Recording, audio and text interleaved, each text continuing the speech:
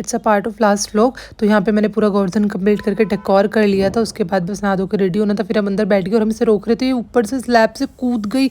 Literally हम लोग हैरान हो गए, ये बिल्कुल नहीं डरती है लड़की। और फिर हमने इसे बोला बाहर भूत है भी, तुझे उठा कर ले जाएगा। तो बोल रही थी मानिन भाई भूत भूत देखो, जैसे इसे समझ आता है भूत होता क्या है। उसके बाद फिर आई तो बोलने लगी चलो फुप्पू बाहर चलते, आओ खड़े हो जाओ। लेकिन फुप्पू ने बोला मम्मा जाएगी, मम्मा से बोल रही तो फुप्पू जाएंगे।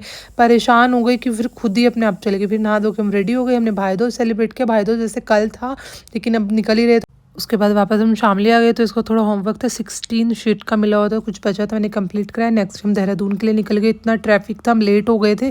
2-2.5 घंटे में क्रॉस करने में लग गया मोन को। उसके बाद हम डिकैथलॉन चले गए क्योंकि वो आईएसबीटी के पास ही पड़ता है। तो हम लोग एकदम ऊपर रहते हैं तो कौन वापस आएगा। तो हमें थोड़ा बहुत सामान लेना था, हमने वो लिया। उसके बाद इसने अपने स्किल्स दिखाते हुए अपनी चीज़ें उठाना शुरू कर दिया और लेनी ही पड़ी। तो अब कल मिलते हैं, बाय बाय।